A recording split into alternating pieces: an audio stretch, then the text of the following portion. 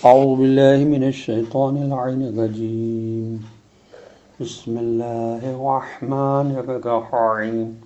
وإن نشاء نغرقهم فلا صريخ لهم ولا هم ينقذون إلا رحمة منا ومتاعا إلى حين. وإذا قيل لهم اتقوا ما بين أيديكم وما خلفكم لعلكم ترحمون وما تأتيهم من آية من آيات ربهم إلا كانوا عنها معرضين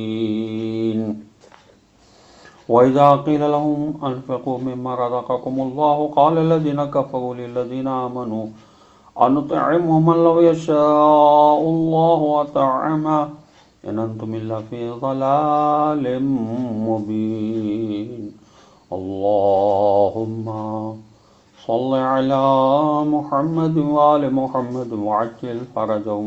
سلام علیکم ورحمۃ اللہ وبرکاتہ.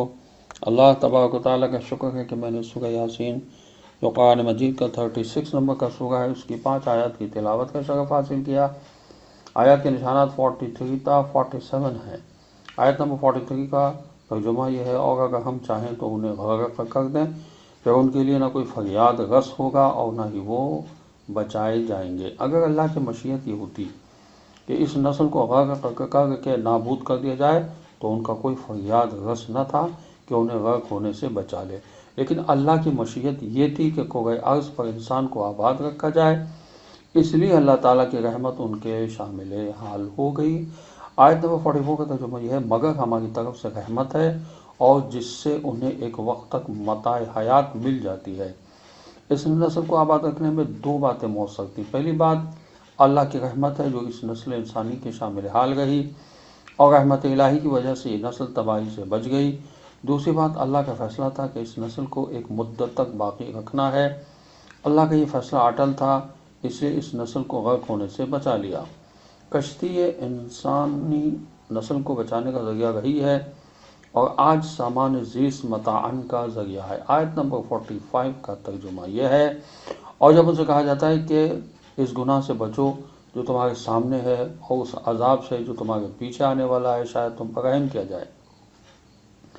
یعنی جب ان مشرکین سے کہا جاتا ہے کہ تم جس جرم کے مرتکب ہو رہے ہو اس کا مکافات عمل دنیا میں دیکھنے والے ہو اور آخرت میں تو دائمی عذاب تمہارے انتظار میں ہے، اس سامنے آنے والے اور آخرت کے دائمی عذاب سے بچنے کا سامان کرو، اس طرح تم رحمت الہی کے اہل بن جاؤ گے اور یہ عذاب تم سے ٹل جائے گا.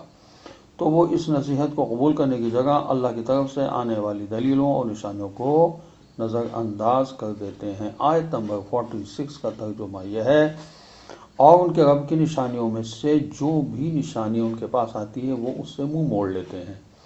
ان مشرکین کے سامنے اللہ کی وحدانیت اور عدم شریک کے بارے میں جو دلائل و معجزات پیش کیے گئے ان سب کو ان لوگوں نے ٹھکرا دیا.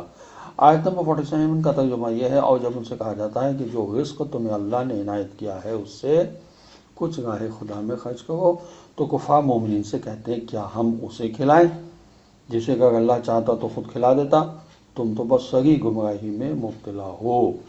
جب ان مشرکین سے کہا جاتا ہے ان غریبوں کو کچھ دے دو، کہنے والے کا ذکر نہیں ہے. ممکن ہے انسانی ہمدردی کی بنیاد پر کچھ باضمیر لوگوں نے یہ بات کہی ہو. بہرحال مشرکین میں سے متمول لوگوں سے کہا گیا ان مسلمان فقیروں کو کچھ دے دو، تو ان کا یہ جاہلانہ جواب تھا أَنُطْعِمُ مَن لَّوْ يَشَاءُ اللَّهُ أَطْعَمَهُ، ہم اسے کیوں کھلائیں جسے اللہ چاہتا تو کھلا دیتا. اس کا مطلب یہ کہنا ہے کہ جسے اللہ نے نہیں کھلایا ہم اسے کیوں کھلائیں. مشرکین ہمیشہ اپنے موقف کے جواز کے لیے خلقت اور نظام شریعت میں خلط کرتے ہیں. مثلا وہ کہتے ہیں لو شاء اللہ ما اشرکنا، اگر اللہ چاہتا تو ہم شرک نہ کرتے. ہم سے شرک صادق ہونا دلیل ہے کہ معاذ اللہ نے شرک کو چاہا ہے. اسی طرح اگر اللہ چاہتا تو یہ فقیر نہ ہوتے.